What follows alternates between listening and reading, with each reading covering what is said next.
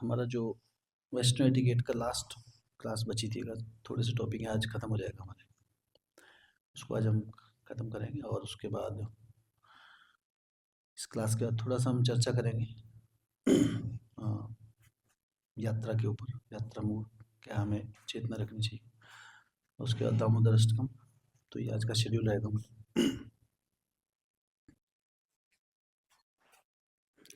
तो हमने जो लास्ट टॉपिक चर्चा की थी वो थी 4 प्रकार के Vaishnav, dealing with other Vaishnav. उसमें जिनको हम respect, we should give respect, but we should avoid their association. उनका संग नहीं लेना हमको। तो मायावादी और Sahajiya, Vaishnav with doubtful character, और वैष्णव संप्रदाय ऑफ डाउटफुल बोनाफाइड, जिनका पता नहीं है संप्रदाय में है कि नहीं। तो हमारी लास्ट डिस्कशन हुई थी। नेक्स्ट टॉपिक है हमारा वैष्णव एटिकेट्स में, वैष्णव सदाचार में, Vaishnava not to be seen from material point of view. जो वैष्णव है उनको भौतिक दृष्टिकोण से नहीं देखना चाहिए। क्योंकि हमारा इस जगत में जीने का जो दृष्टिकोण होता है कैसा होता है, हम एक दूसरे को भौतिक दृष्टिकोण से देखते हैं बहुत बार, है ना। अभी मान लो किसी का कहीं पे कोई ग्रुप है ना, कहीं भक्त कुछ लोग इकट्ठे हुए हैं, तो जो लोग वीआईपीज हैं उनकी तरफ ज़्यादा कैमरा रहेगा, उनकी तरफ ज़्यादा फोकस रहेगा ना, उनसे सब मिलना चाहेंगे,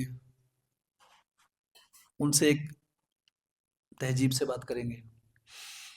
लेकिन अगर कोई आम व्यक्ति है, मान लो कोई डायरेक्ट आ गया कोई खेत में से किसान, हम्म, कपड़े में मिट्टी लगी हुई है ना, लेकिन अच्छा आदमी है बहुत, तो उससे व्यक्ति क्या करेंगे, थोड़ा सा डिस्टेंस रखते कई बार, है ना, कि नहीं। लेकिन या कोई धनी व्यक्ति है उससे ज़्यादा, या कोई इन्फ्लुएंस जिसका ज़्यादा है, जो फेमस है, उससे हम हमारा व्यवहार व्यक्ति से अकॉर्डिंगली बदल जाता है। इस दुनिया में लोग क्या अलग अलग व्यवहार रखते हैं अलग अलग व्यक्तियों के साथ। तो वैष्णव संघ में हमें ये चीज़ अवॉइड करनी है। जब हम वैष्णव संघ में आ गए, जब हम मंदिर में एंट्री हो गए, भक्तों के संघ में आ गए, तब उसके बाद कोई उपाधि शेष नहीं रह जाती है। एक ही उपाधि होती है सबके पास, वो क्या है, कृष्ण नित्यदास। हम भगवान के दास हैं, भगवान के भक्त हैं, और सभी भक्त समान है भक्त भगवान के लिए। हम्म।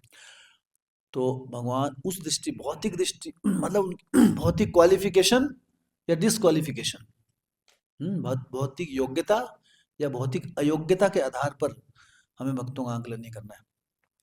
कई बार हम योग्यता के आधार पर करते हैं, लेकिन कई बार हम अयोग्यता के आधार पर भी करते हैं। तो हमें उस आधार से, उस दृष्टिकोण को, जब हम संघ में आते हैं उसको बाहर छोड़ दिया जाता है। अलग अलग तरीके से हम ट्रीट करते हैं, है ना, अलग अलग, छोटा बड़ा, है ना। तो ये जो सारी उपाधियां हैं, ये हमें भौतिक उपाधियों की बात हो रही है यहाँ पे। भक्ति मार्ग में भी उपाधियां होती हैं कुछ, जैसे हमने बताया था, कनिष्ठ अधिकारी, मध्य अधिकारी, उत्तम अधिकारी, अलग अलग भक्तों का कैसे डील करना है वो करना है हमने, वो तो हम सीख रहे हैं वैष्णव टिकट में। लेकिन जो भौतिक उपाधियां हैं, तो ना तो हमें दूसरों को वैसे ट्रीट करना है ना, और जो भी कोई भी उपाधि है जिसके पास कुछ भी कोई अच्छी चीज है भौतिक दृष्टिकोण से, तो उसको वो, उसका भक्तों के संग में आकर उसका प्रदर्शन नहीं करना है। तो ये बहुत इंपॉर्टेंट है। तो गोस्वामी कहते थे, श्रील रूप गोस्वामी भक्ति उपदेशामृत में कहते हैं कि such a devotee should not be seen from materialistic point of view. तो हमें ओवरलुक करना है, हमको नजरअंदाज कर देना है उसको। समझते हैं हम, नजरअंदाज, ठीक शब्द, अनदेखा, अनदेखा, अनदेखा कर देना हमको। नजरअंदाज कुछ कुछ और होता है ना, नजरअंदाज भी यही होता है, अनदेखा कोई बोलते हैं, सिमिलर से वर्ड ना। लेकिन अनदेखा वर्ड ज्यादा यहाँ पे सूट करेगा, मतलब देखकर भी अनदेखा कर देना कि हमने, है ना, अगर कुछ दिखता भी ऐसा, तो हमें क्या करना है, क्या क्या अवॉइड करना है हमें भक्तों के संग में आके। Body born in a low family, तो हमें भौतिक दृष्टिकोण से पहली चीज क्या अवॉइड करनी है, सबसे इम्पोर्टेंट है ना, हमें कि कोई ब्राह्मण है, क्षत्रिय है, कोई शूद्र है, पहले तो ऐसे, अब तो ये चीजें सब खत्म हुई, कलयुग में सारे क्या है, शूद्र ही है, कलो शूद्र संभवा, है ना। बाकी जो जाति पाति जो भी करते हैं लोग, वो शास्त्रिक नहीं, पहली बात। तो हम यहाँ पे जो, लेकिन जैसे भी खासकर यहाँ पे गांव का माहौल है, गांव में लोग ये ज्यादा चीजें होती देखी जाती है। तो ये चीजें जब हम भक्तों के संग, जब भक्त कोई बन गया, उसके बाद हमें इन चीजों पे कभी सोचना भी नहीं चाहिए। ऐसी बुद्धि को नरकीय बुद्धि कहा जाता है। अगर कोई भक्त किसी दूसरे भक्त को उसके जन्म के आधार पर देखता है क्योंकि जन्म किसी के हाथ में कंट्रोल नहीं है, कहाँ पे किसका जन्म हुआ है। लेकिन उसके जो गुण है, उसने अपने आप को भक्त बनाया, ये उसके हाथ में है। तो ये उस गुण के सामने बाकी चीजें कोई मायने नहीं रखती। तो कोई बहुत उच्च उसका है, अब जैसे कोई ब्राह्मण है या क्षत्रिय है, तो अगर वो भी भगवान के संग में आते हैं तो उनको भी वहां पे भी नम्रता महसूस, नम्रता, नम्र रहना है वहां पे। जैसे कई बार होता है ना, कुछ लोग कहते हैं, जैसे मैं कलकत्ता में था तो वहाँ पे लोग, कुछ ब्राह्मण जो थे, वहाँ बहुत ब्राह्मण बहुत हैं उधर, वहाँ मतलब क्या कहते हैं, वो सीट थी चैतन्य महाप्रभु के टाइम में। वहाँ पे क्या होता था, उस समय वहाँ पे इतने पंडित लोग थे, विद्वान, उनके नाम भी ऐसे होते हैं, उपाध्याय, उपाध्याय पीछे होते हैं चट्टोपाध्याय, है ना, जो अब क्या बन गए, चैटर्जी। गंगोपाध्याय अब बन गए गांगुली, और बंदोपाध्याय, ये सारे सारे नाम, उपाध्याय, उपाध्याय ऐसे। तो ये सारे बहुत ब्राह्मण कल्चर है वहाँ पे लेकिन जैसे जैसे समय बीता, कलयुग बीता, कलयुग बढ़ रहा है आगे, लोग क्या, शब्दों में ब्राह्मण रह गए, लेकिन ब्राह्मणों के गुण खत्म हो गए तो अगर आप वेस्ट बंगाल में जाएंगे, वहाँ मैक्सिमम ब्राह्मण मांसाहार करते हैं, मतलब, तो अगर उनसे पूछेंगे आप कि आप मांसाहार क्यों करते हैं, आप तो ब्राह्मण है तो कम से कम हमारी साइड के ब्राह्मण इतना नहीं करते ना, करते हैं, हाँ बहुत कम होंगे, लेकिन नहीं तो कम होंगे। हाँ बीड़ी दारू तो हमने देखा है, पर मांस कम ही है जो खाते होंगे लेकिन वहाँ पे तो क्या है, सब कुछ है, सब कुछ, क्योंकि वहाँ सब काली के भक्त होते हैं, और काली जो होती है, काली की भक्ति तमोगुण में होती है, और तमोगुण में ये चीजें होती हैं, उसमें मीट दारू, काली माता को चढ़ती है, ऐसा सब। तो वैष्णव भक्त जो है वो इस तमोगुणी भक्ति नहीं करते हैं। तो वहां पर उनसे अगर पूछते हैं आप कि आप क्यों करते हैं ऐसा, तो उनका जवाब क्या होता है कि ब्राह्मण को पाप नहीं लगता है, क्योंकि हम ब्राह्मण हैं, इसलिए कुछ भी पाप करो पाप लगते, पाप प्रूफ हो गया, है ना। तो उनकी अपनी बनाई हुई फिलोसफी है ऐसी, है ना, और वो अपने आप को हमेशा उच्च महसूस करते नहीं है। ब्राह्मणों में भी अलग कास्ट है उनकी, ब्राह्मणों में भी कैटेगरी होती है कि हम ये वाले ब्राह्मण हैं, हम श्रेष्ठ वाले ब्राह्मण हैं, हम मिडल वाले ब्राह्मण हैं, ऐसा, ऐसे उसमें भी कैटेगरी है।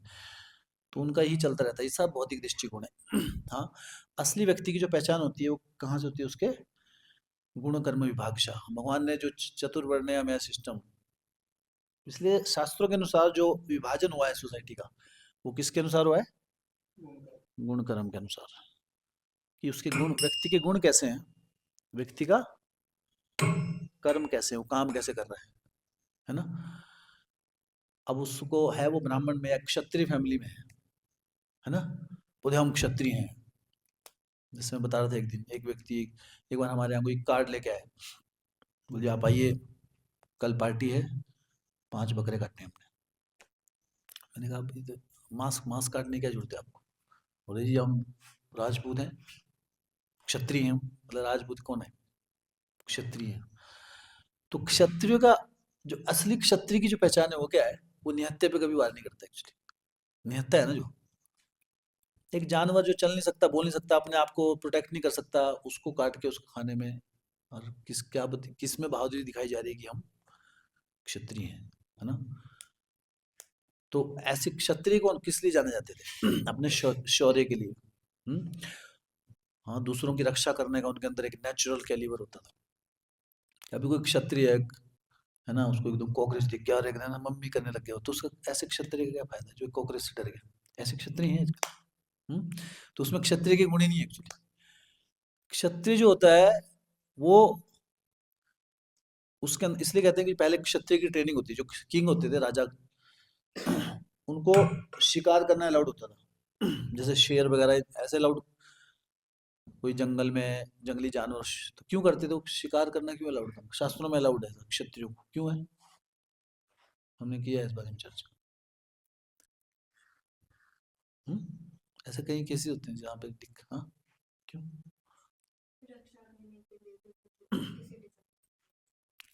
तो उसके लिए जानवरों को क्यों मारना है? रक्षा करने के लिए। ठीक है, जंगली जानवर, चलो शेर छोड़ो, वो ऐसे नॉर्मल भी मारते थे, हिरण वगैरह का भी करते थे कई बार शिकार। क्यों होता है ऐसा? ताकि क्षत्रियों को खून देखने का आदत हो।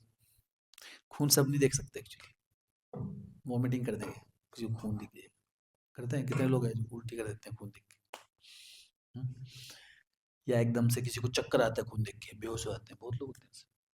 अब क्षत्रिय युद्ध में करेगा, उसको खून दिख गया, अरे ना कांप के गिर गया, आर्मी खत्म। क्या देश की रक्षा कर लेगा किसी की? उसको आदत होनी चाहिए।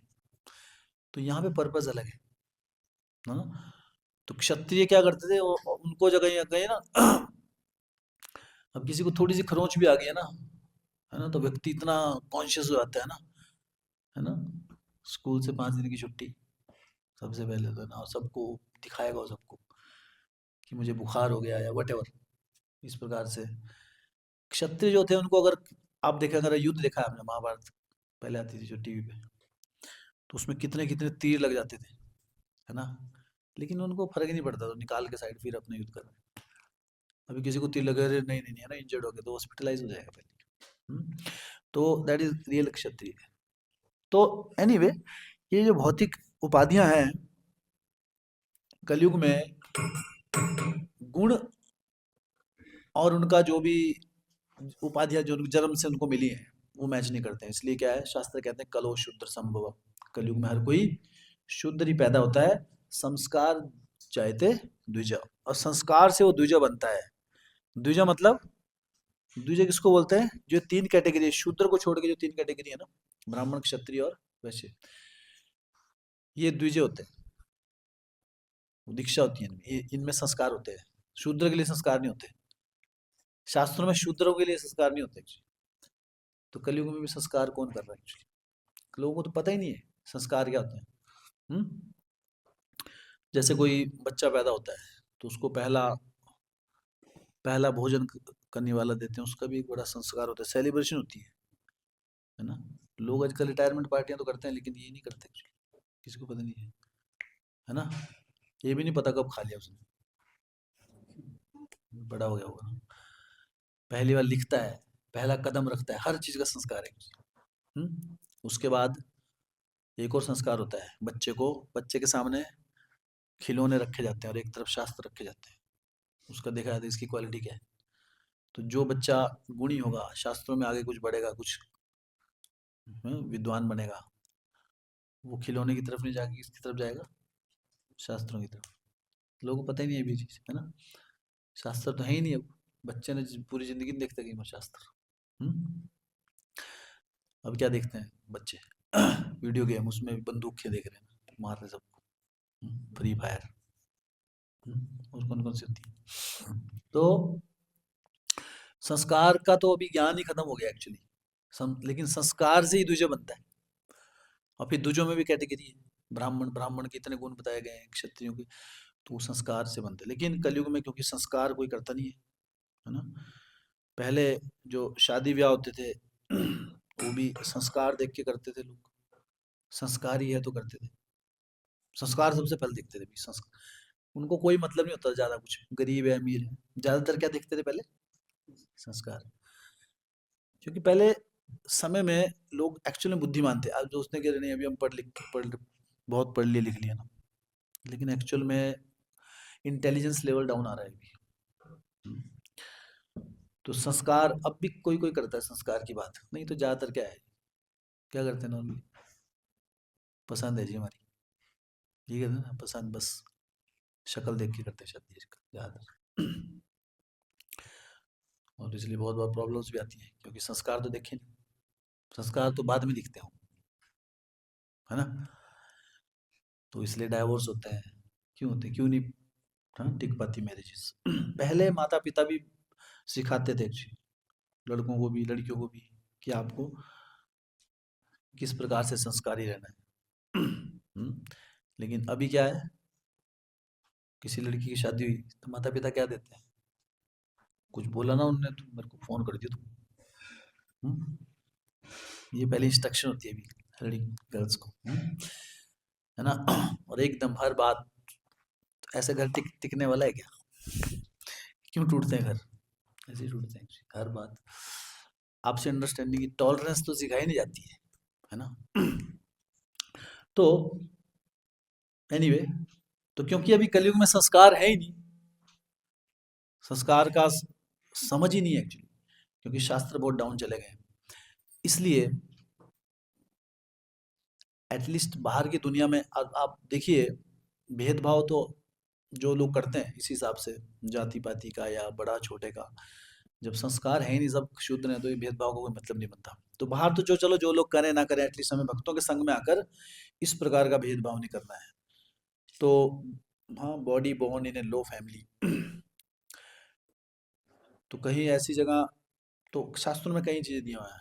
मलेच्छ कौन कौन से होते हैं, निम्न वर्ग, जैसे ये तो होते हैं ब्राह्मण क्षत्रिय वैश्य शूद्र, इसके बाहर भी होते हैं कुछ आउटकास्ट।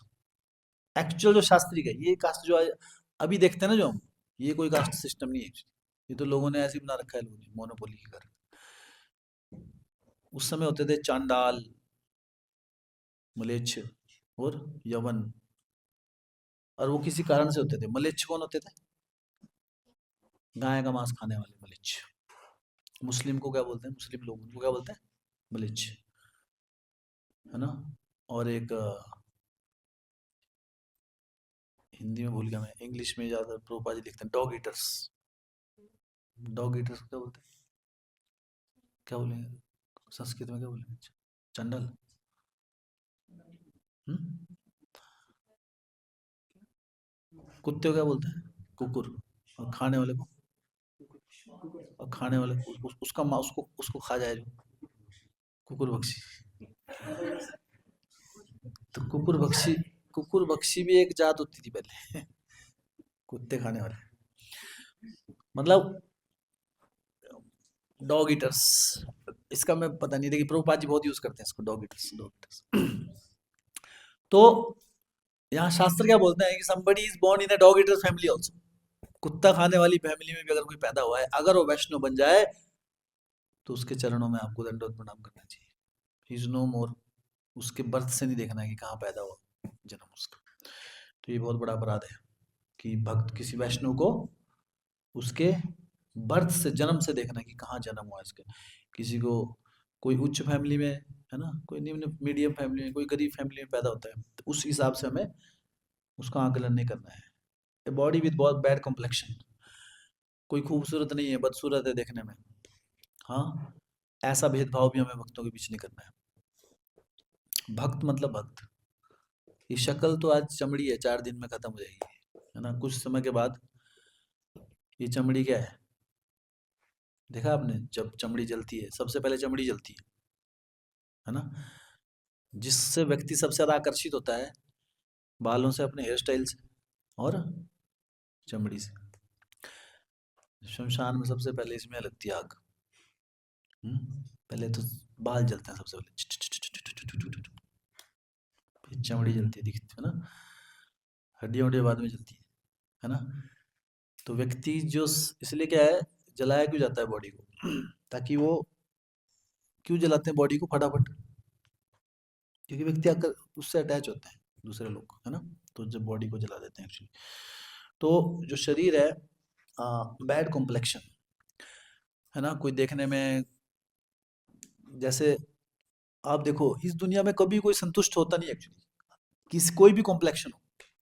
गोरा जो है, जो गोरे है ना, गोरे लोग विदेश में, उनको गोरे लोग नहीं होते पसंद, कि थोड़ा सा ठीक ठीक होता ना, थोड़ी ब्राउन कॉम्प्लेक्शन होती है। तो अपनी शरीर, अपनी चमड़ी को कुछ करवाते हैं वो, धूप में थोड़ा फेड करवाते हैं, है ना। ऐसे धूप में लेट जाएंगे तो क्या हो जाएगा, तो क्या हो जाएगा उससे? नॉर्मल हो जाएंगे, इंडियन जैसे हो जाएंगे, जैसे इंडियन लोग होते हैं। तो जो गोरे हैं वो क्या चाहते हैं, हम भूरे हो जाए। भूरे लोग क्या चाहते हैं, गोरे हो जाए, हैं? और जो भूरे गोरे हो गए थक गया, वो बोलते हैं हम बिल्कुल एकदम डार्क ब्लैक हो जाए, जैसे अफ्रीकन है। बहुत लोग होते हैं उनको, कहीं आप देखो, कहीं जैसे होती है ना, आपने देखा इंटर कंट्री मैरिजेस होती है, तो बहुत जो होते हैं फेयर कॉम्प्लेक्शन वाले वो अफ्रीकन से शादी कर लेते हैं, क्योंकि उनको गोरे पसंद ही नहीं। और गोरे जो है उनको वाइट पसंद है एक्चुअली, है ना। पीपल नेवर बी सेटिस्फाई, है ना। हमें लगता है कि क्योंकि ये सब मटेरियल है, तो और लोग भेदभाव भी करते हैं दूसरे देशों में। आपने देखा होगा, अमेरिका जैसे देश में कितने साल तक वहाँ गुलाम, और जो अफ्रीका वालों को गुलाम रखते थे, काली चमड़ी वालों को क्या करते थे, गुलाम बना के रखते थे, स्लेव्स, स्लेव का वो था। तो चमड़ी के आधार पर भेदभाव, है ना। तो भक्तों के संग में ये नहीं होना चाहिए। Not only colour but deformed body also. Deformed body कैसी, जैसे कुछ किसी की आंख नहीं है ना, कोई चल नहीं सकता, विकलांग है, तो उसको वैसे ट्रीट नहीं कर सकते ना, उसको हम ऐसा नहीं बोल, है ना। तो उसको हमें अवॉइड करना है, अनदेखा करना है उन चीज़ों को, है ना। तो हमको क्या है कि बचपन से आदमी जो देखता है सीखता है, जैसे कमेंट करना है, कई बार वो भक्ति में भी आ जाते हैं, भक्ति के संग में, तो हमें वो अवॉइड करना है। बैड कॉम्प्लेक्शन, डिफॉर्म्ड बॉडी, ठीक है, कोई बहुत खूबसूरत नहीं है देखने में, है ना, लेकिन असली खूबसूरती किसमें है, उसकी भक्ति में। क्या वो भक्त है, कोई बहुत खूबसूरत है ना, और एक नंबर का भौतिकवादी है, उसकी खूबसूरती का क्या फायदा एक्चुअली। भगवान की नज़रों में क्या है, वो सबसे बदसूरत है वो एक्चुअली में। तो व्यक्ति खूबसूरत बनता है अपने गुणों से, ना कि बाहर की।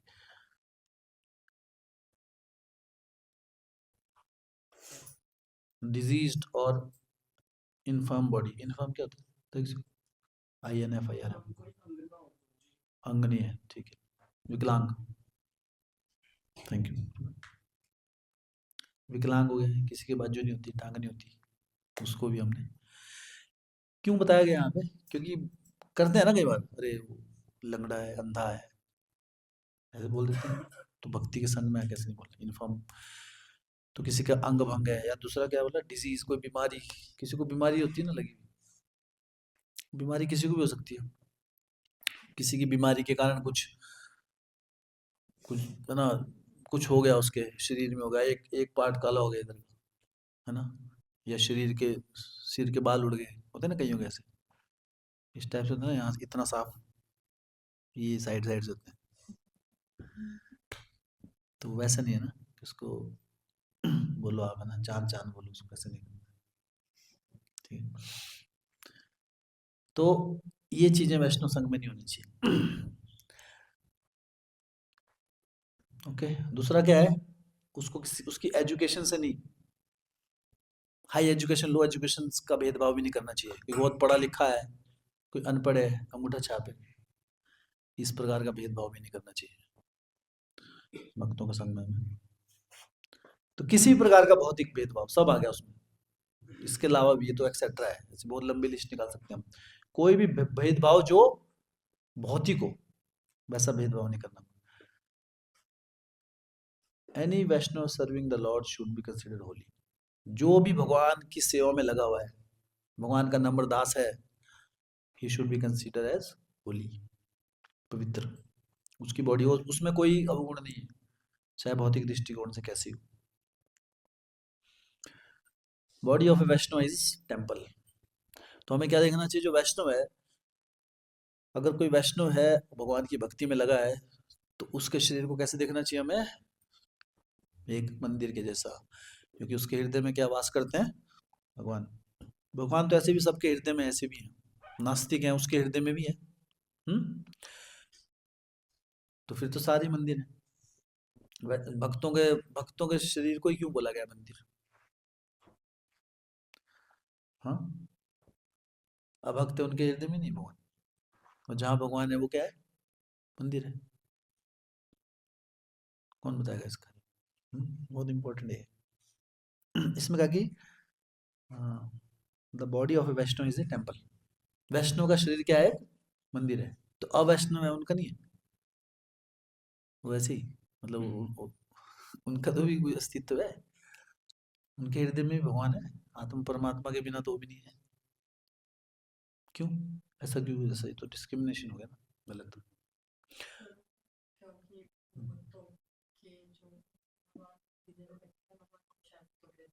यस, बिल्कुल सही। मंदिर कौन सा होता है पता है आपको? एक्चुअल मंदिर की परिभाषा कहाँ है? जहां भगवान होते हैं वो मंदिर नहीं है। भगवान तो हर जगह है। ऐसी कोई जगह है जहाँ भगवान नहीं है? हम्म? अगर हम थोड़ी सी बचपन से हम एक बात तो बोलते हैं, कण कण में भगवान। कोई तो जगह है ही नहीं जहाँ भगवान नहीं है, है ना? है ना? ऐसा तो कोई जगह ही नहीं है। तो मंदिर में और नॉर्मल जगह में क्या फर्क हुआ? हम्म?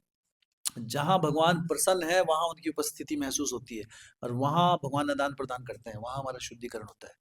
एक्चुअल बहुत जगह होते हैं जहाँ मंदिर है, मंदिर स्थापित तो कर देते हैं लोग। स्थापित करना आसान है आजकल, कोई भी चीज पैसा भी दे देते हैं लोग, लेकिन समय नहीं दे पाते। वो धूल मिट्टी जमी हुई उस पर ना, कभी है ना, साल में एक दिन कपड़े बदलवाते हैं भगवान के, जन्माष्टमी वाले दिन, है ना? आज एक ड्रेस बनाई, ऐसे है कहीं जगह? हम्म? या कहीं कहीं दिन तक कुछ भी हो रहा है वहां पे, लग रहे हैं आप देखो मंदिर में मकोड़े घूम रहे हैं, है ना? कोई सफाई नहीं है वहां पे, धूल मिट्टी, जाले लगे हुए हैं मकड़ी के, कोई सफाई नहीं है। भगवान रहेंगे वहां पे? अच्छा, हाँ, वो तो रसराज है कृष्ण, उनको तो छोटी मोटी जगह में आनंद ही नहीं आता एक्चुअली। वो क्यों रहेंगे वहां पे? वैसे तो भगवान प्रेम के भूखे हैं। अगर वहाँ प्रेम ही नहीं है, उनसे कोई प्रेम ही नहीं करता, प्रेम का लक्षण क्या है? गोइंग इनटू डिटेल्स, अगर आप डिटेल में नहीं जा रही कि भगवान को सफाई की जरूरत है, उनको भोग लगना चाहिए, ये डिटेल्स अगर यही नहीं देख पा रहे, तो अगर कोई प्रेम करने वाला ही नहीं है तो भगवान वहाँ पे क्या करेंगे एक्चुअली? तो मंदिर होते हुए भी वो सिर्फ ईंट पत्थर का जगह है, स्थान है, वहाँ पे भगवान नहीं आते हैं। इसलिए भगवान की पहले प्राण प्रतिष्ठा होती है मंदिर में, उनको बुलाया जाता है इनवाइट भक्तों द्वारा, और फिर भक्त अपॉइंट किए जाते हैं उनकी डेली सेवा के लिए। 6 टाइम भोग लगता है, तब ना भगवान कुछ रहने का सोचेंगे कि हाँ यार ठीक जगह है। यहाँ कोई पूछने वाले नहीं है। तो इसलिए वो जो भक्त, जो भगवान का भक्त है, जो भगवान को अपना जीवन, भगवान को साक्षी मानकर या भगवान को केंद्र मानकर अपना जीवन व्यापन कर रहा है, उसके हृदय में कृष्ण क्या होते हैं? खुश होते हैं, प्रसन्न होते हैं। तो एक्चुअल में वो एक मंदिर जैसा, मंदिर से कम नहीं होता है। इसलिए body of a Vaishnav is a temple. तो भगवान वैष्णव के शरीर को हमें विष्णु का मंदिर जैसा देखना चाहिए। इसलिए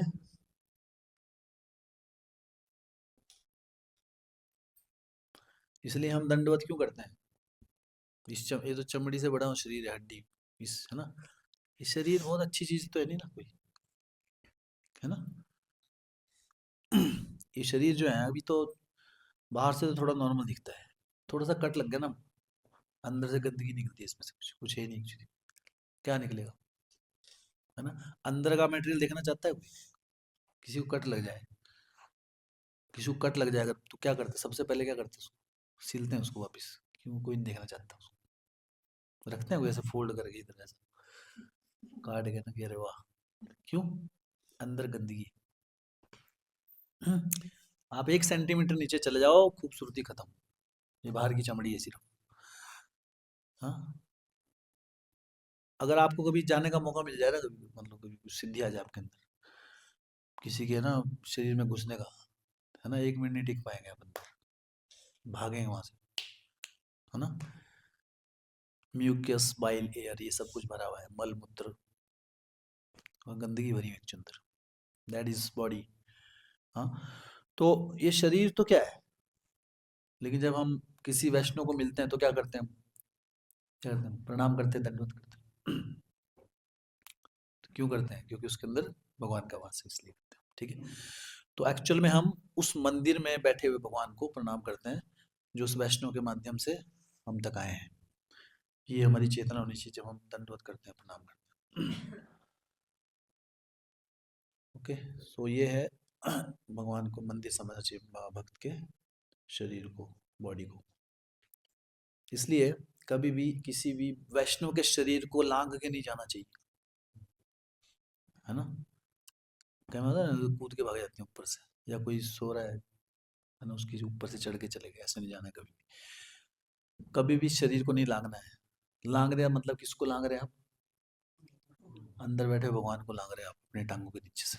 वैसा हमको सोचना है, और वो सही है। मतलब कि कोई ऐसा नहीं है कि हाँ ठीक है हमने, है ना, it's a good etiquette. Actual में भगवान है हृदय में ना, सब मानते हैं हम। और वैष्णव के हृदय में क्या है? तुम्हारे हृदय सदा गोविंद विश्राम। भगवान विश्राम कर रहे होते हैं वहां पे, है ना? और उसको लांग के अगर हम, इसलिए वैष्णव के शरीर को कभी भी लांग के नहीं जाना चाहिए ना। कई बार भीड़ होती है तो हम ऐसा ना उछल कूद के कई बार कर देते हैं लोग ऐसा। तो ये जगह बनाओ, रुके रहो तब तक। दूसरा है कि अगर वैष्णव के पैर, किसी को पैर टच हो जाए किसी का, तो क्या करना चाहिए? किसी को पैर छू जाए तो क्या करना? क्षमा? हाँ, क्या करना चाहिए रमन? हाँ, ठीक है। किसी को पैर टच हो जाए अगर आप किसी वक्त को, तो उसको ऐसे करना है आपको, जैसे किताबों को नहीं करते? कौन कौन करता है? हाँ, माता जी ने बताया अभी। तो साउंड नहीं भी करेंगे तो भी चलेगा। ऐसे आ कई बार लाइट ऑफ करी तब भी करते हैं लोग, पुराने पुराने लोग करते हैं ऐसे। तो लेकिन ये एटिकेट हमें शायद अभी बहुत लोग हमने नहीं शायद अपनाया, शायद डिस्कस नहीं हुआ, पहली बार ही हुआ।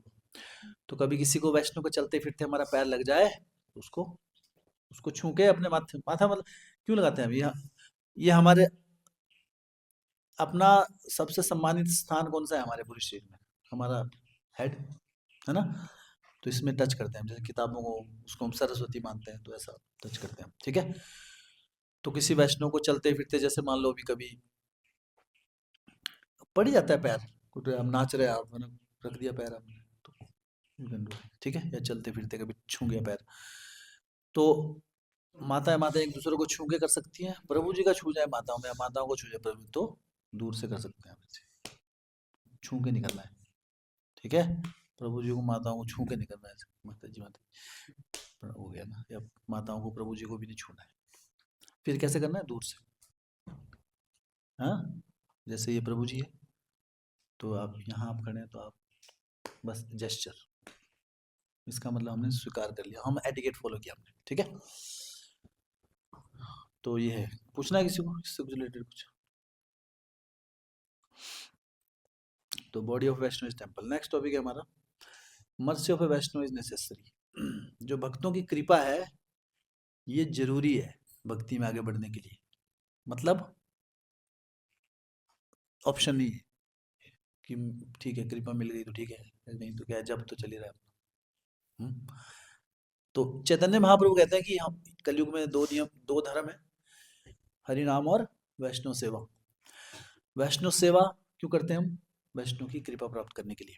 जब वैष्णव सेवा करते हैं तो क्या, वैष्णव प्रसन्न होते हैं, प्रसन्न होते हैं तो क्या, वो उनके हृदय में बैठे हुए कृष्ण प्रसन्न होते हैं, तो उनके माध्यम से कृष्ण की कृपा हम तक पहुंचती है। तो ये वैष्णव सेवा जो है बहुत इंपॉर्टेंट है, इसलिए mercy of a Vaishnav is necessary. Necessary मतलब कंपल्सरी, नेसेसरी को क्या बोलेंगे? आवश्यक। और भी है कुछ और वर्ड? जरूरी है मतलब, जरूरी आवश्यक, ये दो वर्ड ही है इसके। आवश्यक है, आवश्यक नहीं, थोड़ा और स्ट्रांग वर्ड नहीं कुछ?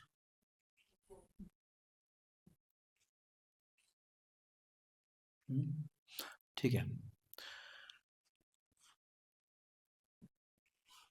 तो इट इज नेसेसरी, आवश्यकता है हमें इसकी, ठीक है? जैसे सांस लेना नेसेसरी है, आवश्यकता है, तो भक्ति में आगे बढ़ने के लिए इसकी आवश्यकता है। तो वुड शुड नॉट, तो कोई भी भक्ति में, कोई भी अगर आप कार्य करने जा रहे हैं, कोई भी नया स्टेप लेने जा रहे हैं, बिना वैष्णव के आशीर्वाद के बिना हमें नहीं करना चाहिए। पहले हमें we should seek blessings of a Vaishnava. तो वैष्णव की ब्लेसिंग्स के बिना अगर हम कोई भक्ति मार्ग में भी अगर कुछ अच्छा करने जा रहे हैं ना, लेकिन हमने ब्लेसिंग्स नहीं ली उसके लिए, या कोई भी चीज कर रहे हैं हम, स्टेप ले रहे हैं जो हमारी भक्ति इफेक्ट कर सकती है, तो वो फेल हो जाएंगे उस पर, कहीं ना कहीं ऐसा स्थितियां आएंगी हमारे जीवन में कि we will be fail in that endeavour, या उसका हमें फल नहीं मिलेगा, या भगवान प्रसन्न नहीं होंगे उसके। इंडिपेंडेंट, स्वतंत्रता के लिए भक्ति मार्ग में कोई जगह नहीं। तो अगर हम कुछ भी करने जा रहे हैं, अभी मान लो आपको कुछ जाना है, अभी आपको वृंदावन जाना है मान लो घूमने के लिए अपने फैमिली के साथ एक दिन के लिए, तो ऐसे नहीं आप बिना बताए चल जाओ। You should seek blessing from Vaishnav, senior Vaishnavas, है ना।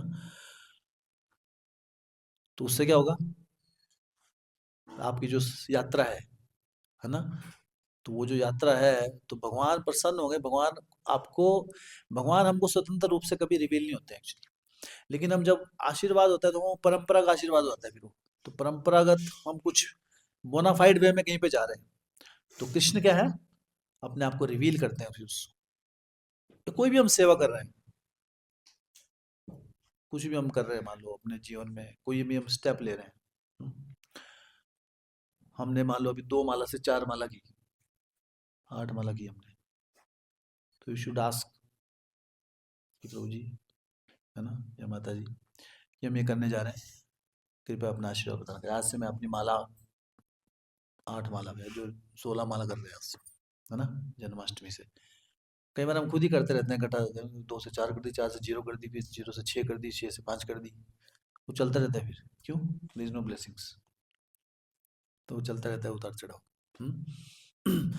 तो when we seek blessing, then Vaishnav pray for us, and Krishna will be pleased by that this gesture, कि वी आर टेकिंग परमिशन। मतलब भक्ति में आगे बढ़ने के लिए कोई भी वेंचर, कोई भी कदम आप उठा रहे हैं भक्ति मार्ग में, जरूरी नहीं वो डायरेक्टली भक्ति मार्ग हो, इनडायरेक्ट भी हो सकता है वो। जैसे फॉर एग्जांपल इनडायरेक्ट क्या हो सकता है, इनडायरेक्ट क्या हो सकता है, डायरेक्ट तो ये हुआ जैसे हमने बताया कि आपने आज 8 से 16 माला करी अपनी, तो आप क्या करना चाहिए उसके लिए, आशीर्वाद लेना चाहिए कि आज से हम कर रहे हैं, है ना। तो वैष्णव जो भी श्रेष्ठ वैष्णव से आशीर्वाद लेके आपको वो करना चाहिए। तो ये तो होगी डायरेक्ट डिवोशनल सर्विस। इनडायरेक्ट भी हो सकती है, जहाँ ब्लेसिंग चाहिए होती है, बेशक वो कोर डिवोशनल सर्विस नहीं है, हर जगह माला ही थोड़ा करेंगे आप, और भी क्या हो सकता है, लेकिन वो भक्ति से संबंधित है हमारी, उस चीज से हमारी भक्ति इफेक्ट होती है कुछ ऐसा उदाहरण। हम्म हम्म। हाँ, डोनेशन ठीक है।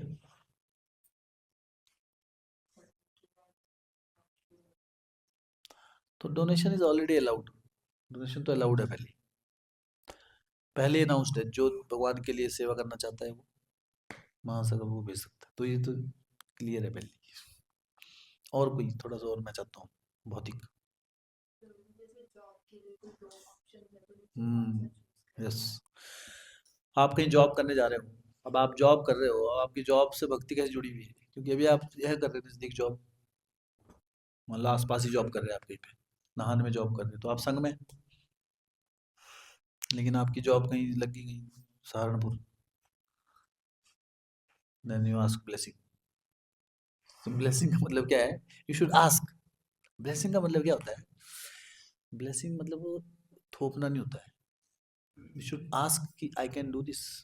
कई बार हम क्या होते हैं कि स्टेप लेने के बाद सिर्फ हम अ, जानकारी देते हैं, हमने ऐसा कर दिया ठीक है, जैसा भी कर दिया अभी, एक तो ये हुआ, दूसरा क्या है कि हम ये करने का सोच रहे हैं, क्या ये सही है ये गलत है, हेयर ब्लेसिंग्स विल कम।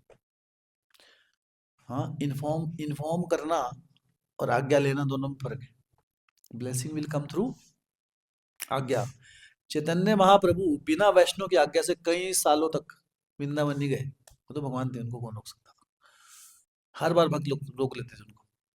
संन्यास लेने के बाद महाप्रभु चाहते थे कि मैं वृंदावन जाऊं, है ना। सब भक्त बोले कि महाप्रभु अभी मौसम ठीक नहीं है, बरसात है, बरसात के बाद जाना, बरसात खत्म हुई, अच्छा अब आप मुझे अपनी ब्लेसिंग्स दे दीजिए, बोलते नहीं अभी तो, है ना, अ, कार्तिक का महीना है, या अभी अलग अलग उत्सव आ रहे हैं, अभी नरसिंह चतुर्थी आ गई, है ना, अभी रास पूर्णिमा आ गई, अलग अलग त्योहार का बहाना देके महाप्रभु को जाने नहीं देते थे एक्चुअली। सालों साल महाप्रभु गए नहीं, बाद में भक्त भी परेशान हो गए, दे दो परमिशन, तब भगवान गए। सोचो भगवान भी परमिशन लेके जाते हैं। भगवान तो जा सकते थे ना, भगवान को कोई रोकने वाला नहीं है, भगवान तो बोल सकते थे कि आई एम गोइंग, इन्फॉर्म कर सकते थे भगवान। लेकिन भगवान ने भी क्या किया, परमिशन का। चैतन्य, इसलिए चैतन्य चरितामृत इज इंपॉर्टेंट। क्यों? इसमें एक्चुअल भगवान ने बताया भक्त क्या होता है एक्चुअली, वेरी वेरी इंपॉर्टेंट। मतलब वहाँ डाउट करने का कोई सवाल ही नहीं है। तो इसलिए ब्लेसिंग का अर्थ क्या है, हमें we should be in a permissible, permission लेने के मूड में होने चाहिए, ना कि हमको सिर्फ जानकारी देनी कि हमने कर दिया। सो उससे हम बहुत बार कामयाब नहीं हो पाते एक्चुअली स्वतंत्रता पूर्वक, क्योंकि कई बार हमको पता होता है, क्योंकि हमने ये स्टेप लिया तो मना ही होने वाला है। पता होता है ना कि अगर हमने ये बताया तो हम मना हो जाएगा, इसलिए क्या हुआ, पहले स्टेप ले लो, फिर कॉल करके बता दो मैं तो चला गया मंडी। तो फिर तो क्या करना है, चले गए तो फिर तो क्या हुआ, ठीक है भैया, आई सीक योर ब्लेसिंग्स, तो ठीक है खुश रहो आप। तो वो तो क्या हुआ, वो आप जबरदस्ती मतलब क्या कर रहे हैं, क्या बाध्य कर रहे हैं, बाध्य कर रहे हैं आशीर्वाद की। नहीं नहीं, क्या करना है अभी, देखो जैसे प्रभुपाद जी के पास एक व्यक्ति आया, प्रभुपाद जी मैं इस औरत के साथ नहीं रह सकता अभी, अपनी पत्नी के लिए बोला उन्होंने, मुझे तलाक चाहिए, आपका आशीर्वाद चाहिए उसके लिए। अब उन्होंने डिसाइड तो पहले ही कर लिया था, सब कोर्ट वोट का काम हो गया था सब कुछ, प्रभुपाद जी को सब पता था। तो अब क्या है वो, अब तो बताने आए बस। तो प्रभुपाद जी आपका आशीर्वाद चाहिए, आपकी ब्लेसिंग्स चाहिए गृहस्थ आश्रम छोड़ने के लिए, ये रिश्ता तोड़ने के लिए आपकी आशीर्वाद चाहिए। तो प्रभु ने कहा ठीक है। तो भक्त लोग परेशान देख रहे हैं कि प्रभुपाद जी आपने परमिशन क्यों दे दी, आपने मना किया है शादी एक बार होगी तो नहीं, हमारे धर्म में है ही नहीं डाइवोर्स। बोलते अगर मैं नहीं परमिशन देता तो इन्हें तो छोड़ना ही था, तो उससे क्या होता, गुरु अपराध भी होता। तो ठीक है ना, इसलिए मैंने बोले, पर वो प्रभुपाद जी ने खुशी खुशी नहीं दी उसको आशीर्वाद, ठीक है अभी, है ना, एटलीस्ट वो गुरु अपराध ना हो। तो दैट काइंड ऑफ, तो हमें कैसी ब्लेसिंग करनी है जिसमें दे शुड बी हैप्पी, तो हमें अपनी सिचुएशन बतानी है, उसका हक है क्या है, सबके लिए अलग होती परिस्थितियाँ। सो वी शुड बी, तो कुछ चीजें होती है जो इफेक्ट करती हैं हमारी भक्ति को, जैसे अभी जॉब का उदाहरण दिया हमने, है ना। तो ऐसी जगह, उन्हें कि ऐसी जगह जॉब कर रहे हैं जहाँ पे कत्ल खाना है ना, जहाँ पे क्या होता है कि मुझे कसाई की जॉब में नौकरी मिल गई, बहुत अच्छा फ्यूचर है, करना क्या आपको, जब बकरा कटता है तो मुझे टांग पकड़नी है, अब ऐसा करने के मुझे पैसा मिलेगा जो है ना।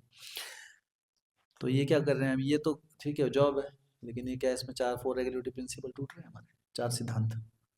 तो ऐसी जॉब नहीं करनी हम लोग। चलो ये तो भक्त समझते हैं, लेकिन अगर कुछ ऐसी स्थिति हो सके जो बेटर हो सके, जहाँ पे भक्ति भी चलती रहे, बिकॉज जिस वी नो, हमें ऐसा नहीं सोचना कि वी नो बेटर, हम अच्छे जानते हैं। हम परमिशन कई बार क्यों नहीं लेते, क्योंकि हमें लगता है हम ज़्यादा जानते हैं, इसलिए नहीं लेते ना, कि आई नो बेटर, शायद भक्त लोग हमारी मेरी परिस्थिति ना समझ पाए, है ना। तो नो प्रॉब्लम, समझ नहीं पाए तो आप समझाइए, इतना तो कि आप समझाइए परिस्थिति, है ना। तो कोई समझ ही नहीं पाए, ऐसा नहीं हो सकता समझाने के बाद भी, तो समझाइए, और उसके बाद हमें वी शुड सीक ब्लेसिंग्स। और ब्लेसिंग अगर वो हैप्पीली आ रही है, then we will be success in our venture, जो भी हम करने जा रहे हैं उसमें हमको सफलता मिलती है। So one should always feel one self dependent on the mercy of the Vaishnavas, हमेशा अपने आप को निर्भर समझना चाहिए वैष्णव की कृपा के ऊपर। हमेशा जब भी कुछ चलते हैं, सुबह उठते भी है ना, तो क्या करना है, प्रभुपाद जी को प्रणाम कीजिए उठते, है ना, कि प्रभुपाद जी मेरा आज का दिन भक्तिमय रहे। सोने से पहले गुरु और वैष्णव को, है ना, आचार्यों को, है ना, चैतन्य महाप्रभु, किसी को भी कर सकते हैं आप। नॉर्मली जब हम आए थे भक्ति मार्ग में, तो ये हमको सिखाया गया था कि सब हमको सोते हुए और उठते समय, और सोते हुए भी उठते हुए भी।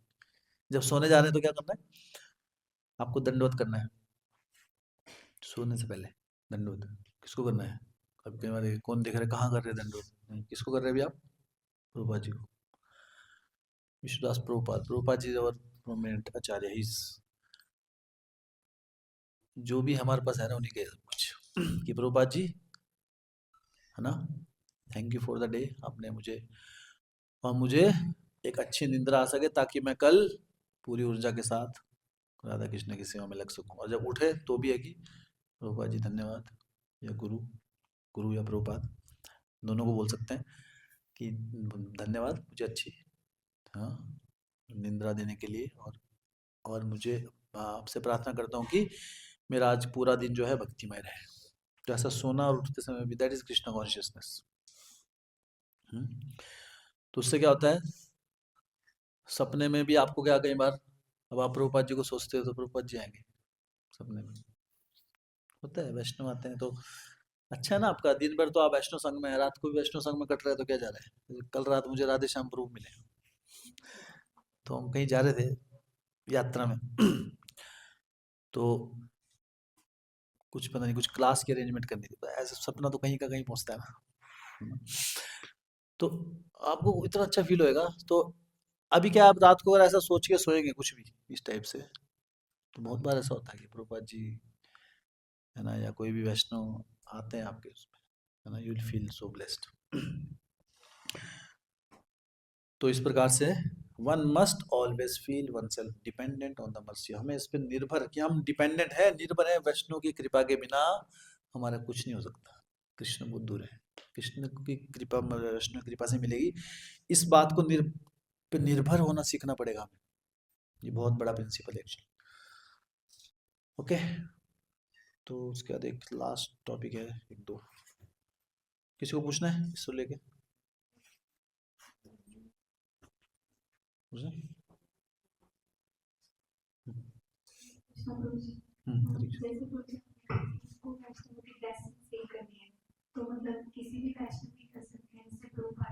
जहाँ से हमको प्रेरणा मिलती है, कौन सी सोते हो बोले आप? हाँ,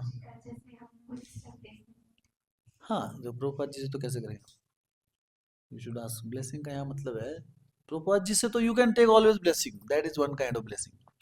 यहाँ पे हम क्या कह रहे हैं, जैसे अभी आपको अभी जो प्रैक्टिकल बातें की अभी हमने सारी, सो वी नीड समबडी। अभी जैसे साहजिया लोग जो ये होते हैं, जो ऋत्विक लोग क्या करते हैं, वो बैठे होते हैं, प्रभुपाद जी की मूर्ति होती है, तो क्या कहते हैं वो, कि आज से प्रभुपाद जी तुम्हारे गुरु है, प्रभुपाद जी इज गुरु, और प्रभुपाद जी ने आपको स्वीकार कर लिया, और प्रभुपाद जी बैठे हैं वहाँ पे, तो प्रभुपाद जी को देख के क्या लगता है, कर लिया, लेकिन प्रभुपाद जी ने स्वीकार किया, कैसे पता लगा? ऋत्विक लोग तो ऐसे भी नहीं करते प्रभुपाद जी स्वीकार। तो ये थोप दिया हमने, यहाँ ब्लेसिंग क्या है, थोप दी। तो we should always pray to all our Vaishnavas, जैसे हमारे जो ऑल्टर होता है ना, praying is one thing, we can pray to our acharyas, those who are not available, Mahaprabhu, Radha Krishna, Chaitanya Mahaprabhu, we should always pray for their mercy. यहाँ पे जो यहाँ बात हो रही है, यहाँ पे जो आज हम बता रहे हैं, यहाँ पे ब्लेसिंग्स की बात हो रही है, जब हम कुछ स्टेप लेने जा रहे हैं, तो we should always take blessing from our senior Vaishnavas whom we know, जो हम जानते हैं जिनको, उनकी ब्लेसिंग, उनसे पूछ के उनकी परमिशन, क्योंकि वी आर इन परंपरा system, we are not directly. तो प्रभुपाद जी से आदान प्रदान के अभी, या वैष्णव आचार्यों के या भगवान से आदान प्रदान करने के स्तर पर नहीं है हम, ददामी बुद्धि की हम उस स्तर पर हो, प्रभुपाद जी थे।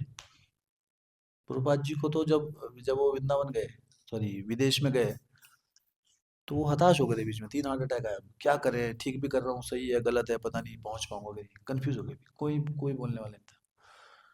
तो सपने में उनके गुरु महाराज आए, भक्ति सिद्धांत सरस्वती ठाकुर, चैतन्य महाप्रभु है, नित्यानंद, पूरे गौर निताय, पूरा पंचतत्व, कि हम तुम्हारे साथ हैं। और देखिए कृष्ण खुद उनकी नाव को चला रहे हैं, रूपा जी ने। तो pure devotees they can access, वो ब्लेसिंग लेके वहां से पूछ सकते हैं, करूं क्या ना करूं, डाउट हो तो सब, वो डाउट क्लियर हो जाता है कि हम ये करना चाहिए, करना चाहिए, भी कैसे समझ में आएगा, देन प्योर ड्यूटी क्या है, ददामी बुद्धि होगा, तब कृष्ण आ जाते हैं, गुरु उसमें शिक्षा देके चले जाते हैं कि ये स्टेप लेना चाहिए। But we are on not at that platform. यहाँ पे जो हम ये वैष्णव एटिकेट की बात करें, यहाँ पे जिस संदर्भ में बोला गया है दैट द प्रेजेंट वैष्णवस, जैसे हम संघ में हैं तो we have if you access to like our gurus, और दीक्षा गुरु है या शिक्षा गुरु है, जो भी है, अगर दीक्षा गुरु से एक्सेस है या जो भी है, जरूरी नहीं है दीक्षा गुरु शिक्षा गुरु हो, कोई बहुत सीनियर वैष्णव है whom you take inspiration from, हाँ, तो इट्स नॉट ब्लेसिंग आपको एक बंदे से लेनी है, ऐसा नहीं है, यू कैन टेक फ्रॉम। जब चैतन्य महाप्रभु के दौरान, उस समय जब रूप सनातन गोस्वामी, जब रूप गोस्वामी पहली बार आए मायापुर में, महाप्रभु ने सबको कहा कि all of you should give blessing to Sanatana Goswami, है ना, रूप गोस्वामी। तो हरिदास ठाकुर सब, they always they give their blessings. तो we should, when it comes to guidance, guidance सबसे नहीं लेनी है अपने को, गाइडेंस अलग होती है। सो जब आपको कुछ स्टेप लेना है, then you should take guidance and permission and blessing from senior Vaishnava, ठीक है। और जब आपका वो डिसाइड हो गया, कुछ भी हो गया, then you can take blessing for everybody in the group, अगर आप ग्रुप पॉइंट से देख रहे हैं ना। और you can pray to that Prabhupada also later on, but actual practical वो में, अदरवाइज वी बिकम व्हाट, हम सहज ही होते हैं सेंटिमेंटली, है ना, कि प्रभुपाद जी ऐसा है ना, हम ये स्टेप लेने जा रहे हैं, और मेरी, है ना, कोई भी स्टेप लेने जा रहे हैं, ठीक है, आपका आशीर्वाद है, तो प्रभुपाद जी तो विल ऑलवेज ब्लेस। वो हमको क्या, तो यहाँ पे हमको प्रैक्टिकल वो एप्लीकेशन बताइए इस चीज़ की। तो वैष्णव संघ में आकर हमें वो चीज़ करना चाहिए। जैसे जब हम कोई भी कार्य करते थे, जब मैं अभी चेन्नई में था, तो वहाँ भक्तों के बीच कुछ भी करना होता था, कुछ कुछ भी, हम तो सब कुछ बताते थे। तो जब हमें पता होना चाहिए डिवोटीज को, जो जो हमारे गाइड है, कि हम क्या कर रहे हैं जिंदगी में। हम चेन्नई में थे, अभी घर जाना है, तो उनको बता के जाना है कि हम घर जा रहे हैं, प्रार्थना कीजिए वहाँ भक्त बने रहे, कहीं वहाँ भक्ति खत्म हो जाए। भक्तों का संग छोड़ के जा रहे थे ना, वहाँ तो भक्तों का संग हिमाचल में कोई था नहीं उस समय। तो वो कब आ रहे हैं ये भी पता है, इस दिन को आ रहे हैं, इस दिन जा रहे हैं, तो उनकी ब्लेसिंग रहती है कि हाँ, then they pray for us like that, practically call पे, ठीक है।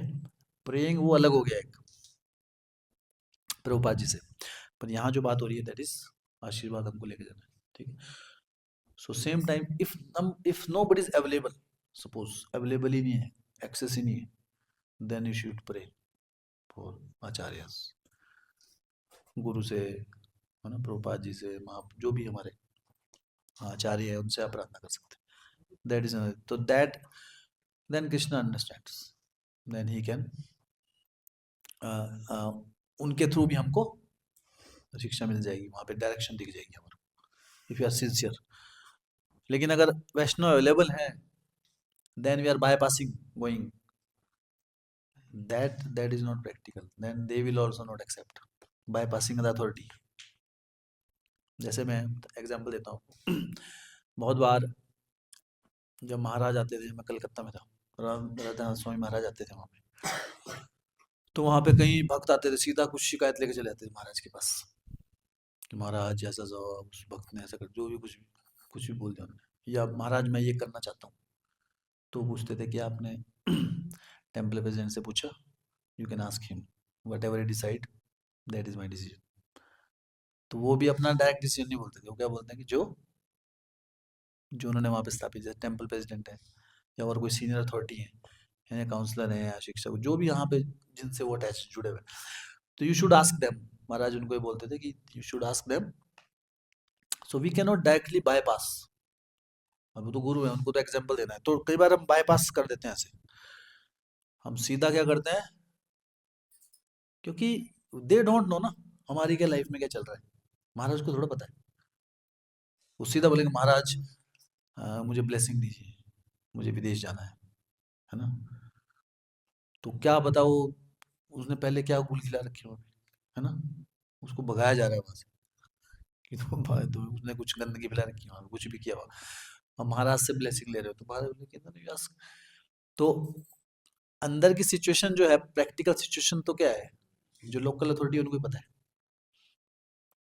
They don't understand. तो इवन महाराज तो वो को तो ही इज लिविंग, वो तो दे सकते थे, but still they don't give, they go interfere because they don't know ना। आपका जो प्रैक्टिकली आप भक्ति में किस स्तर पर है, आपके लिए क्या अच्छा है क्या बुरा है, ये किसको पता होगा? जो आपके इमीडिएट अथॉरिटीज हैं, उनको ही आपको पता होगा। हाँ, सो जो यहाँ पे जो स्टेप लेने की बात है, कुछ लेना जा रहे हैं, तो दे कैन टेल यू कि आपको करना चाहिए नहीं करना चाहिए। सो यहाँ पे उसकी बात हो रही है, you take permission and blessing, हाँ, from first senior most authority, and then you can take blessing from other, common blessing. वो वहां तुम बता सकते हो कि मैं ऐसा कर रहा हूँ, परमिशन सबसे नहीं लेनी आपको। Permission you should, authority authority समझते हैं आप, जिनके पद, जिनकी इंस्ट्रक्शन पे आप अपना जीवन जी रहे हो, जिनकी इंस्ट्रक्शन को फॉलो करके आप जी रहे हो। We should not have so many guides in our life, everybody, कोई दोस्त भी, दोस्त भक्ति में तो सब दोस्त भी हैं, सब है ना। तो वी कैन आस्क छोटी मोटी चीजें, लेकिन जब कुछ स्टेप लेने जाना है then you should ask our authority, counsellor, guru. तो ये उसका मीनिंग है एक्चुअली यहाँ पर, ठीक है। और कुछ, ओके। उसके बाद नेक्स्ट है इसमें loving exchanges between the devotees. तो इसको हम ज़्यादा डिस्कस नहीं करेंगे, यहाँ को पता है, हमने उसमें पढ़ा है, भक्तों के बीच ये एक्सचेंजेस होने चाहिए। अगर ये नहीं होंगे तो भक्तों में एक मधुर संबंध नहीं बनता एक्चुअली। तब जैसे एक बिजनेस रिलेशनशिप होता है, आते जाते हैं घूम फिर के भक्तों के बीच क्या होना चाहिए, एक वहाँ पे एक पॉजिटिव माहौल होना चाहिए, सबका एक हृदय होना चाहिए सब भक्तों के लिए, भक्तों को देख के खुशी होनी चाहिए। तो उसके लिए 6 एक्सचेंजेस बताए गए शास्त्रों में, भक्ति शास्त्र में पढ़ चुके हैं हम, इसलिए मैं इसको डिटेल नहीं कर रहा हूँ। ऑफरिंग गिफ्ट्स इन चैरिटी, पता ही होगा आपको, ददादी ददादी पदिगणादि श्लोक भी याद होगा आपको, है ना। Offering gift in charity, gifts उपहार देना, accept receiving gift in charity, gift receive करना, अपने मन को कॉन्फिडेंस में रिवील करना, मन में कोई ऐसी बात चल रही है तो ये एक्सचेंजेस बिटवीन किसके हैं, भक्तों में, आपसी आपस भक्त में जो।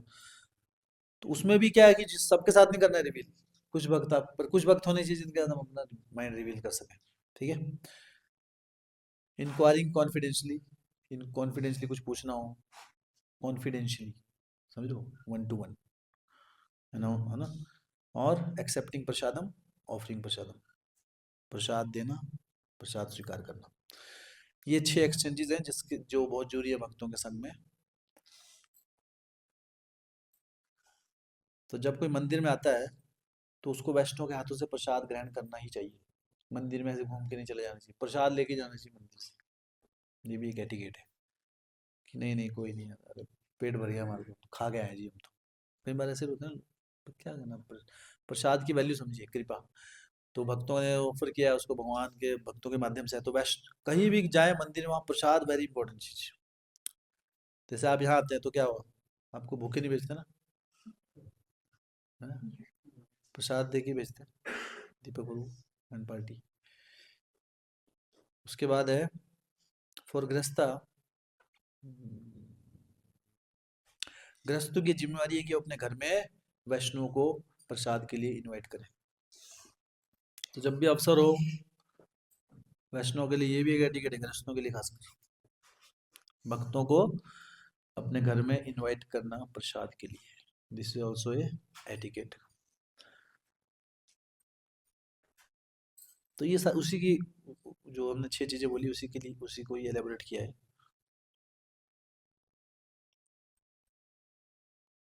और गिफ्ट, गिफ्ट बहुत टाइप के हो सकते हैं, और सबसे बड़ा गिफ्ट क्या दे सकते हैं हम किसी को, गिफ्ट ऑफ कृष्ण कथा, transcendental knowledge of Krishna consciousness.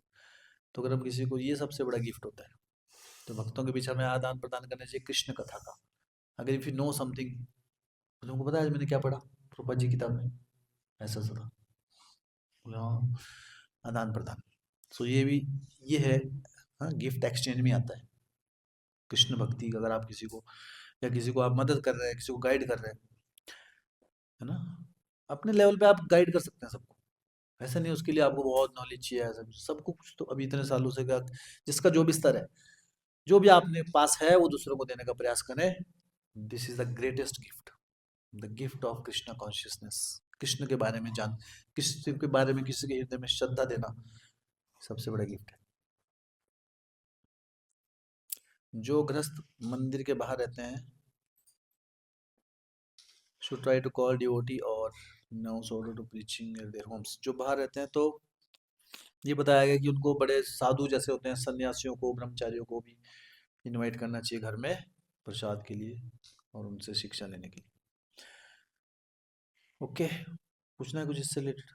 अब अपना लास्ट टॉपिक पे आ गया। आफ्टर ऑल कौन सा पार्ट था ये? आठवां, सातवां, नौ हो गया तो बस नवदा भक्ति पूरी होगी हमारी। ठीक है, ये नौवां पार्ट है।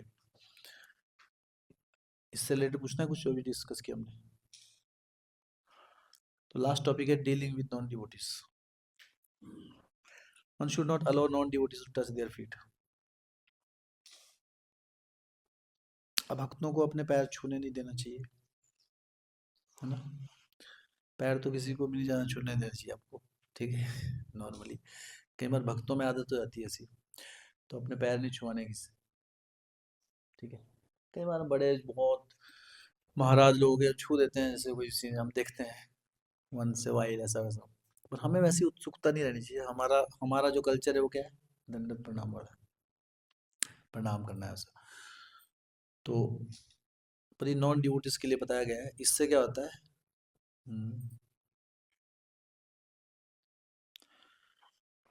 If they insist in doing, actually ये जो मेनली बताया गया है बहुत कुछ, जैसे मंदिर में ब्रह्मचारी वगैरह रहते हैं उनके पॉइंट ऑफ व्यू से बताया गया है चीजें। There is no other way to avoid and they can simply remember the criticism। तो अगर कोई पैर छू भी दे आपके जबरदस्ती, कई बार हो जाता है ऐसा, भक्त लोग बड़े नम्र होते हैं, छू दिया कोई बाहर वाले ने, मेनली यहाँ नॉन ड्यूटी की बात आ रही है। कोई मंदिर में आए और आपके पैर, तो आपको पैर पैर तो किसी से नहीं छुआने अपने, ठीक है। किसी ने छू दिया अगर, तो साथ साथ क्या करना चाहिए? उसमें आनंद नहीं लेना चाहिए, उसको क्या करना, साथ साथ उसको अपने पूर्व आचार्यों को ट्रांसफर कर देना चाहिए कि ये रिस्पेक्ट आपके लिए, ठीक है। तो उनसे हम नमस्कार कर सकते हैं, पर इस प्रकार two categories of non devotees. तो दो टाइप के नॉन डिवोटी होते हैं भक्त। एक होते हैं इनोसेंट, जिनको वेल विशर भी बोलते हैं, इनोसेंट, जो आपके लिए अच्छा सोचते हैं, ये यार बहुत अच्छा कर रहे हैं आप लोग, ऐसा होता है ना कि लोग बहुत बढ़ते रहो, हम हैं आपके साथ, कभी डोनेशन चाहिए होगी आपको, कभी कुछ, पर हाँ ये जब अब नहीं होता हमसे, लेकिन हम आपके साथ हैं, वेल विशर्स, समझते हो? जो आते हैं कभी कभी मंदिर में, लेकिन वो शुभ चिंतक है आपके, खुद भी कुछ नहीं करते हो, लेकिन फिर फेवरेबल है। तो ऐसे जो है उनको आपको तो enlighten them, give them the association of our spiritual master, तो उनको संग में लाने का प्रयास करना चाहिए अपने को, जो वेल विशर्स हैं, जिनको होता है ना, पता होता है कि ये ठीक बंदा है, होता है ना ऐसे कुछ, भाई सुनेगा, ये सुनने वाला आदमी है, तो उसको भक्तों के संग में लाने का प्रयास करना चाहिए। But would should not take their association by engaging in activities that give them pleasure. पर उनके साथ उनको अपना ऐसा संग नहीं लेना है उनका। वेल विशर जो है, अच्छे हैं, जो होता है ना कहीं गुडी गुडी से अच्छे से बात करते हैं वो सब कुछ, उनको संग में लाने का प्रयास करना है, लेकिन उनका संग नहीं लेना है उनको खुश करने के लिए, कि इनके साथ घूमेंगे हम, पार्टियां करेंगे, है ना, प्रजल्प करेंगे तो ये खुश होंगे, शायद ये संग में आ जाए। फिर no, this is not the process. कई बार प्रीचिंग के नाम पर हम अपने आप को बर्बाद कर देते हैं। तो उनको आप बुलाओ कि संग में आओ। वो लोग बोलते हैं ना कि हम ये करेंगे वो करेंगे, लेकिन हम संग में नहीं आएंगे। वो कुछ नहीं करने वाले अगर वो संग में नहीं आएंगे तो। अगर किसी व्यक्ति को, वेल विशर को आप संग तक नहीं पहुंचा पाए ना, वो उसी स्तर पर रहेगी। संघ में आने के बाद ही we can get the spirit of devotional service, otherwise उस भक्ति जो है वो सपने में रहेगी, वो शब्दों में रहेगी। तो अगर कोई है ऐसा वेल विशर जो सब कुछ सब सही है आपके ना, लेकिन उस संघ में नहीं आना चाहता है, तो उसको आप, ठीक है, उसको कोशिश करो, लेकिन उसका भी आपको बहुत ज्यादा संग नहीं लेना चाहिए, उस उनकी एक्टिविटीज में भाग नहीं लेना है, ठीक है, कि वो जो कर रहे हैं उनको खुश करने के लिए, क्योंकि their activities are not devotional, वो आपकी भक्ति को इफेक्ट करेंगी। But you should always try to bring them in the association of duties. उनको भक्तों के संग में लाने का प्रयास करना चाहिए।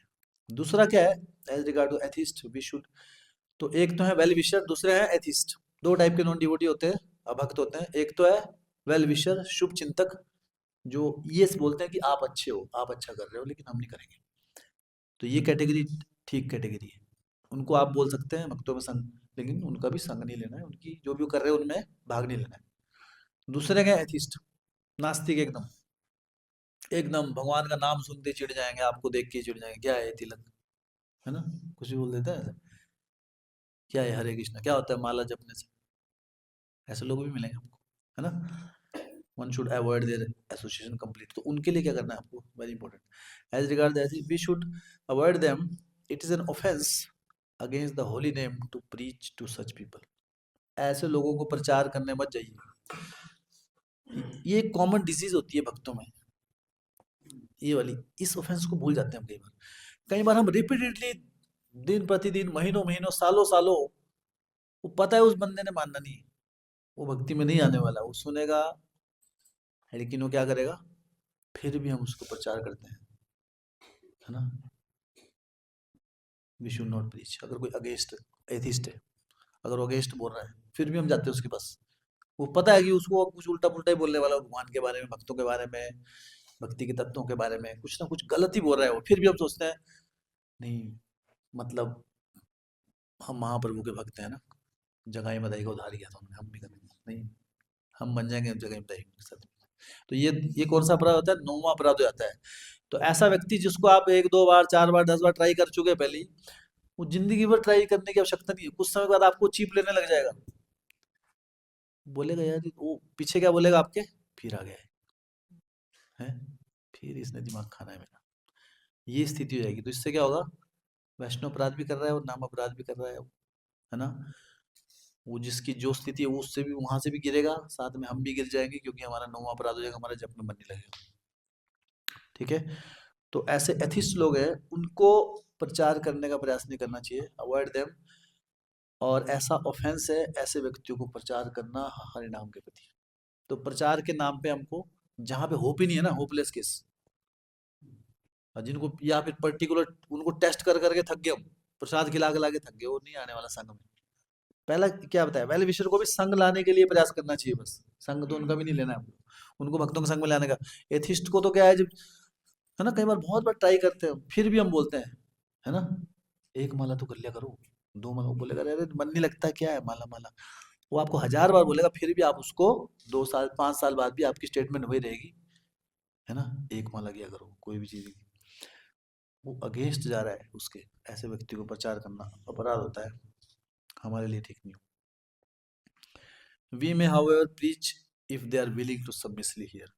अगर उनमें कभी परिवर्तन आ जाए, कभी आपने जब देख लिया ना उनको प्रचार नहीं करना है, मान लो कभी उनके अंदर इच्छा जाग जाए, अरे कहाँ जा रहे हो आप, संडे प्रोग्राम में जा रहे हैं, मैं चलूं, तो फिर आप सुन सकते हैं उनका, कभी जाग जाए उनके अंदर भक्ति, गलती से किसी भी तरीके से कोई भी, है ना, क्योंकि दुनिया में दुख तो सबके पास है, कभी ना कभी तो जागती है भक्ति किसी ना किसी के अंदर, कि अरे ये लोग तो क्या दुखी भी हैं, इतना स्ट्रगल है जीवन में, फिर भी ये परेशान नहीं होते, फिर भी हंसते रहते हैं, हरी बोल हरी बोल।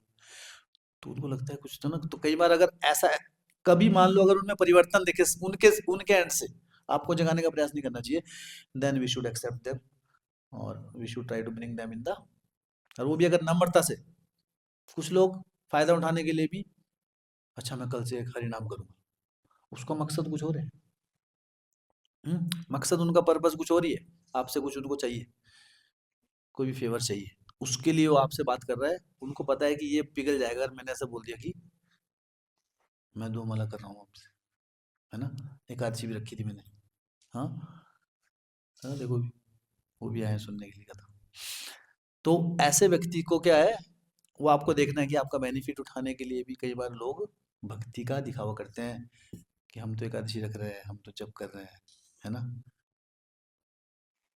तो कुछ भी कर सकते हैं, मुझे आपसे उधार चाहिए था आज, है ना, 500 रुपये, हाँ, मैं दे दूंगा बाद में पता लगा उस ना, फिर दूसरे से पता लगेगा आपको, है ना, कि ये व्यक्ति है ना, भगवान का नाम जपना तो दूर, भगवान का नाम से भी है ना, ईर्ष्या करता है, तो वो भी आपको ध्यान रखना है। Greeting non devotee, if non devotee is a friend we can say Hare Krishna, fold in hand.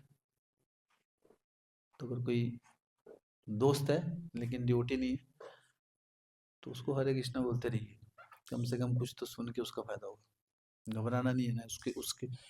ठीक है, कई बार हम हरे कृष्णा बोलने से घबराते हैं अपने नॉन डिवोटी फ्रेंड्स को, नहीं, वो अपने हिसाब से जी रहे हैं ना लाइफ, आपको भी अपने हिसाब से जीने का हक है ना। तो हमारा तो एक ही, क्या बोलते हैं, क्या बोलते हैं उसको, हाँ, होती है ना एक वो पंच लाइन, क्या बोलते हैं उसको, जैसे होता है ना, कर लो दुनिया मुट्ठी में, ये किसका है, हाँ, कोई प्रोडक्ट कोई चीज होती है ना, जैसे एलजी, लाइफ इंश्योरेंस, जीवन के बाद भी जीवन के साथ भी, क्या बोलते हैं उसको, लोगो, नहीं, टैगलाइन। तो अपनी तो एक ही टैगलाइन है, क्या है, हरे कृष्ण, हरि बोल। ठीक है, तो अपना धर्म नहीं छोड़ना है अपने को, हमें हरे कृष्णा ही बोलना है। किसी को ऐसा प्रॉब्लम होती है तो आप महासगा बाबू से ले सकते हैं ट्रेनिंग, उनको कोई मुस्लिम भी मिलता है वो हरे कृष्णा बोलते हैं, उनको फर्क नहीं पड़ता actually। तो अभी हम तो यही है ना, हाँ, कुछ तो लाभ होगा उसको सुन के। सो नॉन ड्यूटी फ्रेंड है तो उसको आप हरे कृष्णा बोलना है।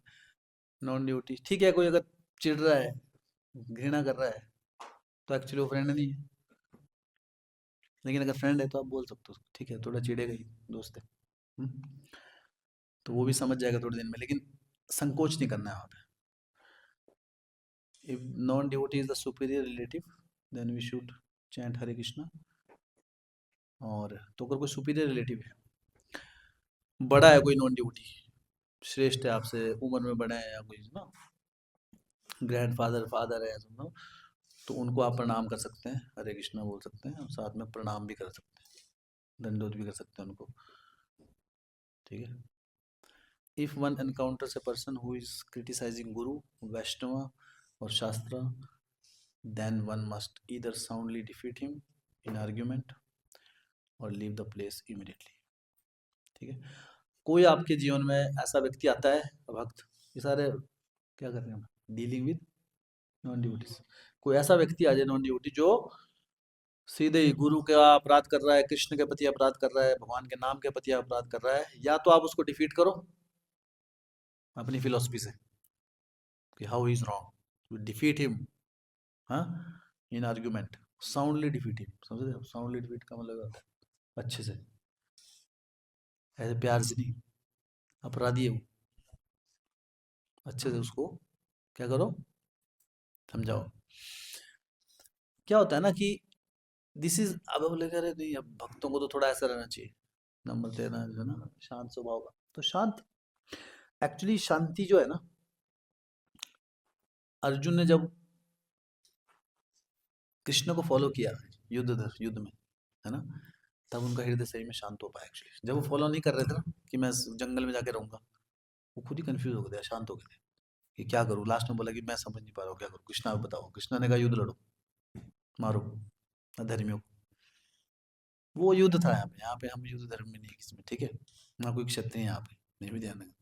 बट somebody हमारे सामने कोई कृष्ण के बारे में अपराध कर रहा है ना, क्या है तुम्हारे कृष्ण में, कुछ भी बोल सकते हैं ना, है ना, वट एवर पीपल से, या गुरु के बारे में, या किसी भी वैष्णव के बारे में, या वैष्णव भक्ति के तत्वों के बारे में, हरे कृष्ण के बारे में, तो वी शुड साउंडली डिफीट, अच्छे उनको डिफीट करो आर्ग्यूमेंट में, फिलोसफी से कि शास्त्रों में क्या लिखा है उसके अनुसार जो भी आप। लेकिन कुछ लोग क्या होते हैं अनरीजनेबल, उनको आप रीजन जितना मर्जी दो वो नहीं समझेंगे, देन क्या करना, इमीडिएटली, नॉट थोड़ी देर में, इमीडिएटली लीव दैट प्लेस। और चैतन्य चरितमृत महाप्रभु तो क्या बोलते थे, immediately leave and dive into the Ganga. Dive ऐसे नहीं, प्यार से एक कदम रख के जाना, सीधा, मतलब टाइम नहीं इतना आपके पास, जैसे सुना ना कुछ गलत, सीधा दौड़ के गंगा में डुबकी मारनी, अदरवाइज आपकी भक्ति का विनाश हो सकता है, क्योंकि आपने गुरु के प्रति, वैष्णव के प्रति, हरिनाम के प्रति अपराध सुन लिया। इसलिए कई बार हम बहुत, कई बार होता है जैसे आप, अब आप देखो, सहजिया लोग, अब संप्रदाय के लोग या जैसे ये अपने ऋत्विक लोग, ये ब्लास्फेम करते रहते हैं इस्कॉन में, इस्कॉन के गुरु अलग अलग वीडियो निकाल के भेजते हो। उनका काम धंधा नहीं है नहीं कुछ भक्ति का। बहुत बार देखा अभी, कई बार हमको भी मेल आते हैं, मेरे को भी मेल आते हैं ऐसे ना, कि ऐसा हो गया, मतलब जस्ट रूमर्स, वो कहीं से तो डाटाबेस उठा लेते हैं। तो we should avoid that, spam में डाल दो उनको सबको। और ऐसे कुछ यूट्यूब में आ रहा है तो उसको देखो मत। होती है ना एक अंदर एक क्रेविंग, क्या बोला हुआ है, नहीं क्या फायदा, आपका नुकसान है उसमें, मत देखो उसको, है ना। आप समझ रहे ना क्या है। भक्तों में कुछ है, डाउट है, तो you can ask your superior duties, आ सकते हैं गुरु से पूछ सकते हैं कि ये केस मेरे को डिस्टर्ब कर रहा है, क्या हुआ था। So like that. ओके, सो ये हो गया आपका। तो this is all about hearing such offences is one of the greatest obstacles in one spiritual advancement. तो जो ऑफेंडर होते हैं, जो अपराध करते हैं, ऐसे लोगों का संग करना और उनसे सुनते रहना, इट्स द ग्रेटेस्ट ऑफेंस। क्या बताया यहाँ पे, one of the greatest obstacle in one spiritual advancement, भक्ति में आगे बढ़ने के एक सबसे बड़ी रुकावट है ये। कई बार हम कैजुअल लेते हैं, रिश्तेदारी के नाम पे, है ना, पड़ोसी के नाम पे, क्लोज फैमिली मेंबर के नाम पे। नो, अगर अपराधी है वो, you should keep a distance. या तो उनको आर्ग्यूमेंट में डिफीट करो, या फिर जगह छोड़ के चले जाओ, उनसे बात ही मत करो इस बारे में। आप बोल सकते हैं, अगर किसी के अवॉइड ही नहीं कर सकते एसोसिएशन, तो उनको आप क्या कह सकते हैं कि आप, अगर आपने बात करनी है हमारा मुझसे, तो वी शुड नेवर, ये आर्गुमेंट नहीं होना चाहिए आप।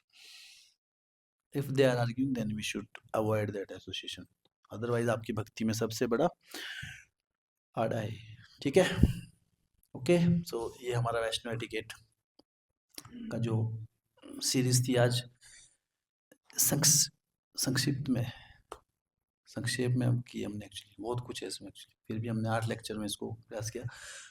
बीच बीच में आप साल में 1-2 साल में जो सीरीज है अपलोडेड है ऑलरेडी, इसको सुनते रह सकते हैं आप, ताकि रिफ्रेश होते रहे, है ना, फ्यूचर ड्यूटीज। ओके, किसी को पूछना है कुछ, एनी वन क्वेश्चन, उसके बाद हम दामोदर अष्टकम करेंगे। Okay, so thank you so much. Hari बोल, शिल प्रभुपाद की जय। हरे कृष्ण।